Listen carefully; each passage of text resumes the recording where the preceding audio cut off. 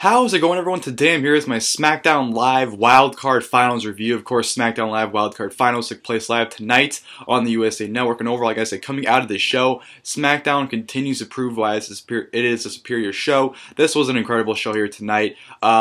This was just a pay-per-view quality-like show. It definitely delivered for 3 matches, 1 segment. Everything delivered plus more. SmackDown continues to deliver consistently, good shows, and it proves every week why it's a superior show. You know, when I watch Raw every week, I'm kind of like, why do I even watch wrestling anymore? But then when I watch SmackDown, it's kind of like, okay, this is why I love wrestling. It gets me interested, it gets me invested, and it makes me happy to be a wrestling fan. So SmackDown, last week I thought it was a great show. And I wasn't sure if this week could top last week's, because last week I thought was just absolutely awesome. But it did. SmackDown tops itself, and I thought they definitely went with a bang this year, because of course this is the last SmackDown 2016.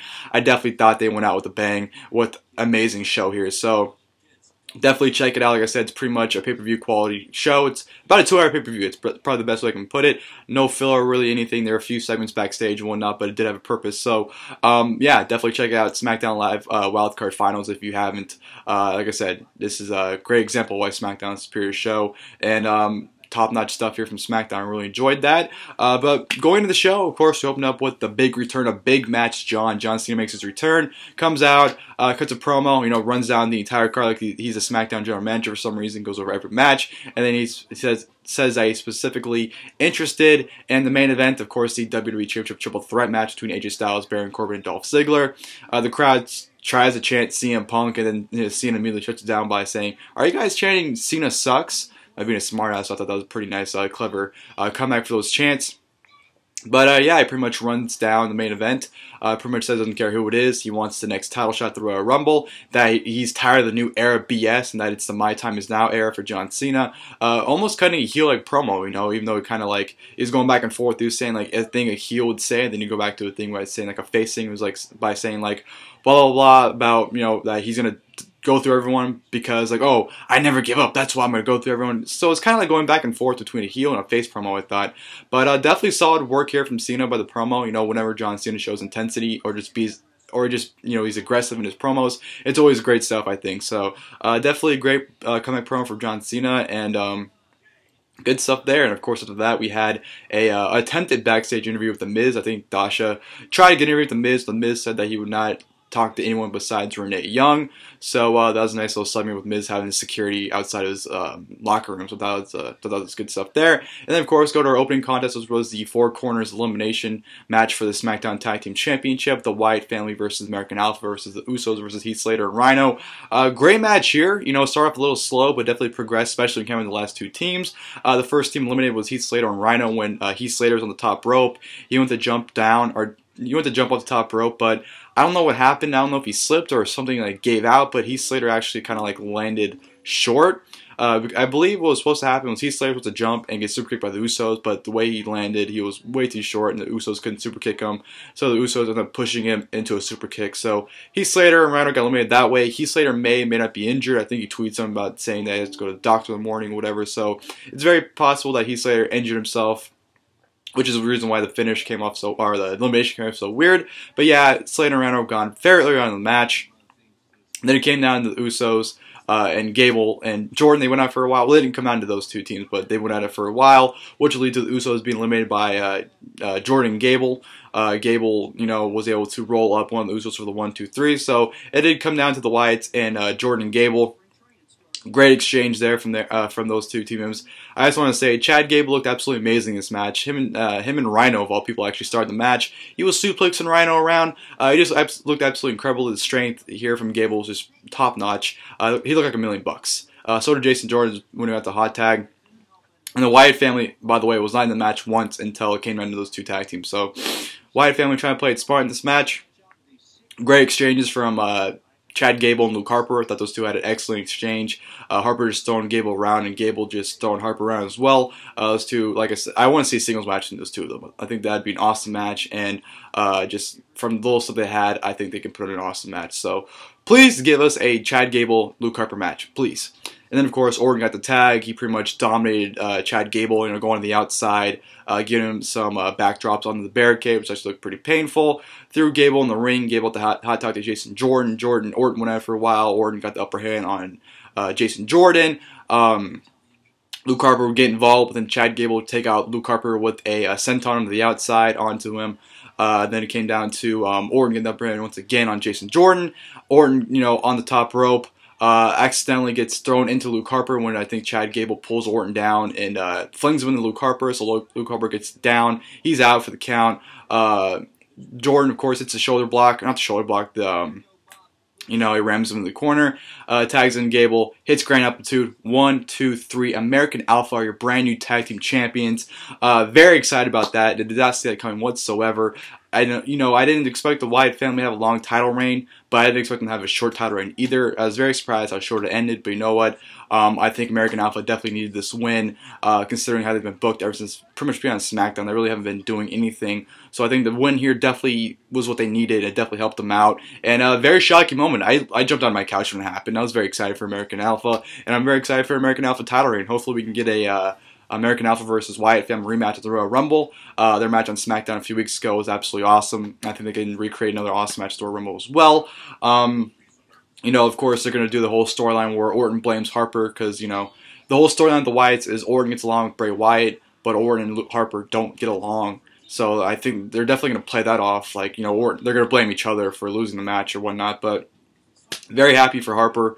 Or not Harper, very happy for Gable and Jordan. Not sure where they go with the Wyatt family. I'm pretty sure is where they're probably going to end it right now. They're probably going to do Orton and Wyatt at Mania with Orton slowly turning on them or whatnot. But I'm excited to see where it goes. Great opening match there. Really enjoyed that. So thumbs up for me. 2 thumbs up, actually, because I really enjoyed that tag team match, especially when it came on the Wyatts and American Alpha. That was a great exchange. But from there, I'm going to a Dolph Ziggler interview backstage. Your typical Dolph Ziggler promo where he tries to be funny. He tries to yell to make himself sound better.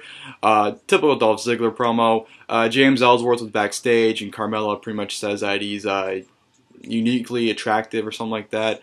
I forgot the exact wording of it, but the pairing between him and Carmella, I don't know where this is going to go, but I'm semi-interested. I don't know.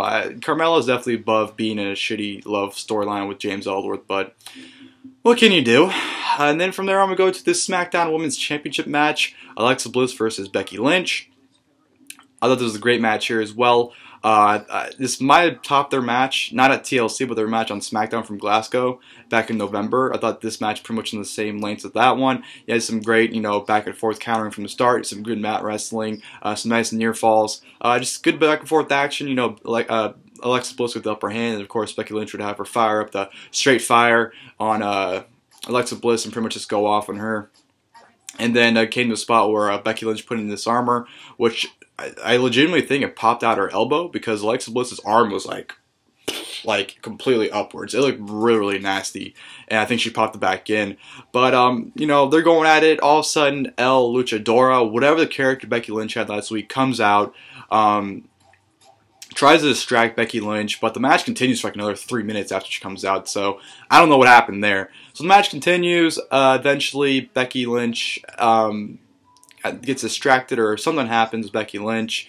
I think, she hits the, because El Luchadora took off one of the turnbuckle steels, padding. So Becky Lynch hits that. Alexa Bliss hits her with the DDT. 1, 2, 3.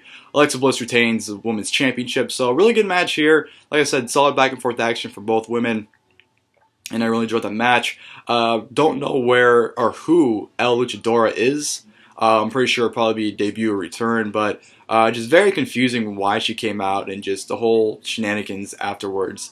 Just was very confusing. It was kind of just like head scratching at that point. But yeah, really good match. Alexa Bliss retains. Dash tries to interview her afterwards, but Alexa Bliss pretty much is just like, I don't know who that is, so don't ask me. So yeah, really good match. Enjoyed that. From there on, we go to Renee Young interviewing The Miz backstage, which will lead to Dean Ambrose attacking The Miz, setting up an Intercontinental title match next week. So it's The Miz, Dean Ambrose for the Intercontinental Championship next week on SmackDown Live. That should be a great match. The match a couple weeks ago was great, so that should be good.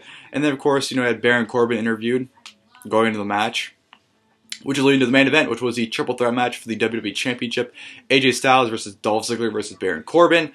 I thought this was a great triple threat match here. This definitely was a lot better than I thought it was going to be. I think all men here look absolutely great. Baron Corbin just was booked like a monster in this match. He was very dominated very early on, just throwing Ziggler and AJ Styles around like they were absolutely nothing. They'd spill on the outside where eventually they would take Corbin out with AJ hitting the phenomenal forearm, followed by a Ziggler super kick on the announce table. Ziggler and Styles kind of look at each other, not sure what to do, so they end up doing a double tag team maneuver on Baron Corbin at the barricade to the table to put him out of commission for a while. So that was good stuff there. And then, of course, Ziggler and Styles go out after Ziggler nails AJ on the apron, throws him back in the ring, and they go at it for a while. Kind of screwed up the finish. Well, not finish, but kind of screwed up the spot where Ziggler super kicks Styles for a 1-2-3, almost a 1-2-3, because Baron Corbin was supposed to break up the pin. Corbin was there in time, so AJ had to kick out. So great exchanges. Sick spot where Corbin went for the end of days on AJ Styles, but as he was going down for the going up for the end of days, Ziggler hits him with a zigzag. So it's kind of like a tag team maneuver right there with the end of days and a zigzag. I thought they came off absolutely awesome. It looked great, and the timing was perfect too as well. So that was a great spot right there. And this was just mixed, like I said, it was just mixed with great action. Everyone, like I said, everyone looked great. Even Corbin put on the performance probably of his career right now. He looked probably like the best he's ever had. He looked very determined in this match, and that's all I can ask for. And AJ and Ziggler brought their A games as well. So great performances from every man in this match. Kudos to everyone. Just a lot of great creative spots as well. Like I said, that Ziggler and Corbin end of day zigzag was very creative. He definitely had different things lining up in this match, and it was all over the place, and I really enjoyed it. It was one hell of a main event and one hell of a triple threat match for the WWE Championship. Ending came with Corbin hitting end of days finally on Ziggler, but once Corbin got up, Styles hit him with a phenomenal forearm, and then pinned Ziggler for the 1-2-3. So AJ Styles retains the WWE Championship at a great match, and of course afterwards John Cena comes out pretty much asking AJ if he wants to accept his match at the Royal Rumble. And of course, AJ says, yes, let's do it. So it's going to be John Cena, AJ Styles 3 for the WWE Championship at the Royal Rumble, which I'm actually very excited about because they've had great matches before, and I'm very excited to see what magic they can do to get the Royal Rumble. So, even though I wanted to see Undertaker and AJ at the Royal Rumble, I'm not going to complain with Cena and AJ. I think they'll put on equally, if not better match than Styles and Taker. So I'm very excited. Especially with this new route with John Cena, with him being the way he is, how he just wants to run through everyone. I'm very curious to see how it all works out. So, yeah, like I said, overall, an amazing edition of SmackDown Live here. Like I said, I thought everything just delivered plus more. The opening segment of Cena was great. The tag team title match was, was awesome, especially with the surprise finish with American Alpha winning tag team titles. The women's title match was really good, even though the finish was kind of confusing with the El Luchadora, and the triple threat was incredible. I thought it was, like I said, amazing effort from all three competitors, and everyone looked like $1 million in a superstar. So, yeah, hope you guys enjoyed this video. If you guys did, please leave a like below. If you guys would like, please leave your guys' thoughts on SmackDown Live Wildcard Finals as well. If you guys watched it, what you guys liked about it, what you didn't like about it, if you didn't like it for some reason. Pretty much any thoughts and feelings on SmackDown Live Wildcard Finals, please go ahead and leave your comments below. And as always, I'll see you guys in the next video. Thank you guys for watching the video.